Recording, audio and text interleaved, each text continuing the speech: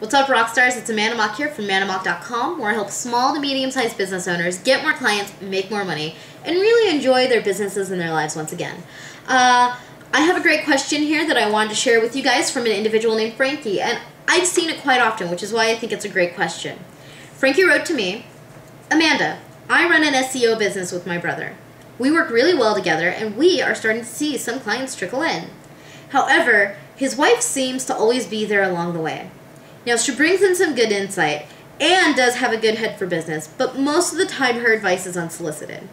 I do appreciate the time she's given us advice, and it's really worked out well.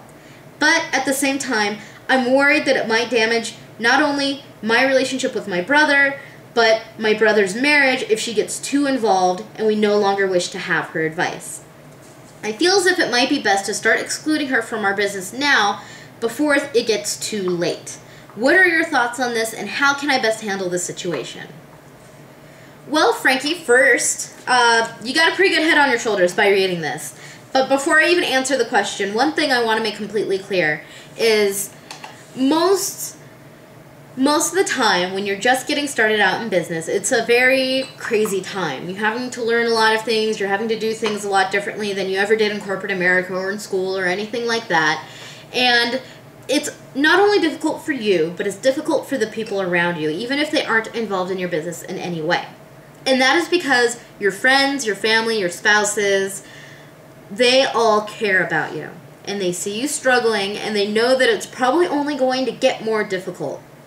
And thus the unsolicited advice starts. You should really do this. Have you thought about that? What about this thing, and this thing, and this thing, and that thing?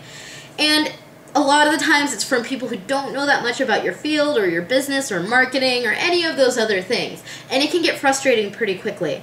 But you have to first understand that they are doing this because they don't want to see you get hurt and they don't want to see you fail. And that doesn't necessarily mean that they think you will fail. They probably think you can do it, otherwise they'd be telling you not to do it. But they want to help you succeed in any way that they can. And their way of doing that, even as subconsciously, is by giving that unsolicited advice. So you first need to understand that. His wife is giving advice because she wants to help, and she feels as if she needs to be there for her husband, which is completely acceptable and completely normal. But you are right. It's something that could be very, very damaging all around.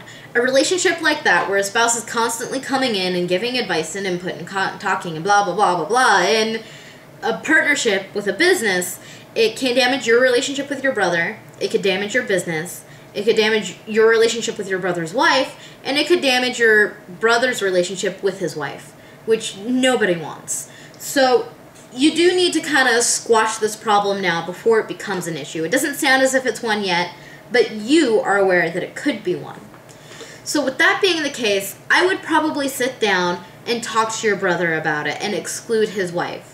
And the reason why I would do that is because this is mostly about the business, and then it's about your guys' relationships. A good way to have that conversation, I'll go ahead and mock the conversation actually for you.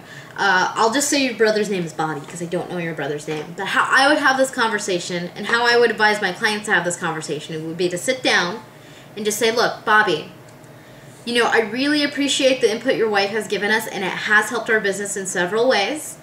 But I'm afraid that since she doesn't have any legal ownership in this business, that once things grow and once her advice probably isn't as suitable for our company, that it could cause issues. I don't want to damage our business, I don't want to damage our relationship, and most of all, I don't want to damage your marriage. So I think maybe we should sit down and talk about some of the boundaries we should set with our business and our personal lives. By sitting down and saying to your brother, we should talk about the boundaries we should have with the business and our personal lives, you've just created an opportunity for you guys to discuss your business and personal boundaries. This is the perfect time for you guys to sit down and start thinking about, well, what does this business really mean? And what lines in the sand do we want to draw to keep anything from being ruined? And when I say anything, I mean professionally and personally. You want to go ahead and make sure that you make decisions that are best for your business when you're in business mode, and then decisions that are best for your family when you're in family mode. And by opening up that conversation, you guys are working in a partnership instead of you just coming to your brother and saying, look, this is going to be a problem, so you need to make your wife, shut up and stop talking to us. There's like two very big differences in that conversation. And like I said, since you're opening up the boundaries conversation, which it doesn't sound as if you guys have already, you're now going to be able to sit down and think about what this business really means in your professional and personal lives. You both have to sit down and agree about this early on, or you're going to have really big issues down the line. And a lot of partners, not just siblings, just business partners in general, don't necessarily do that. You have to have the boundaries conversation. And even if you're working by yourself, you have to have the boundaries conversation with yourself and maybe your spouse or the other people around you if they're butting their heads in, or even if nobody is butting their heads in. You have to figure out what your boundaries are right from the start. If you don't, you're going to find yourself emotionally stressed out, you're going to run out of time, and you're probably going to end up losing some friendships, unfortunately, because of it. So you have to have the boundaries, and you need to have that conversation. And that's what my advice would be. Open up the boundaries conversation. But that's it for today. This is Amanda Mock. If you enjoyed this video, I highly encourage you to go ahead and share it with your friends. Give it a like and comment below. If you have any questions you would like to ask, you can leave them in the comments or email me at info@amandamock.com. You can also go to my website at www.amandamock.com and opt into our newsletter where my plethora of videos like this are available, and I also give other insights that are available in my newsletter and on my social media pages that you can only get there. As for me, this is Amanda Mock, and I hope you guys live like the rock stars you are.